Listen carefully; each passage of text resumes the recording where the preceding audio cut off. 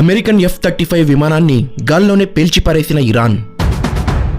పిచ్చుకుపై బ్రహ్మాస్త్రం అనే సామెత విన్నాం, కానీ ఇరాన్ లాంటి చిన్న పిచ్చుకు లాంటి దేశం బ్రహ్మాస్త్రం సంధించి ఏనుగులాంటి అమెరికన్ ఫైటర్ జెట్ F-35ని కూల్చిన విషయం మీకు తెలుసా? అవును ఫ్రెండ్స్, వినడానికి ఆశ్చర్యంగా ఉన్నా ప్రస్తుతం జరుగుతున్న ఇరాన్ యుద్ధంలో America B-2 spirit bomber, F-22 Raptor, B-2 స్ట్రాటోఫోర్టెస్, F-35 లాంటి అత్యాధునిక యుద్ధ విమానాలను వాడి ఇరాన్పై దాడి చేస్తోంది. వీటిలో F-35 అనే స్టెల్త్ ఫైటర్ జెట్ ప్రత్యేకమైనది. శత్రువుల రాడార్లకు చిక్కకుండా శత్రు దేశంపై పిడుగులాంటి బాంబులు కురిపించడం దీని ప్రత్యేకత.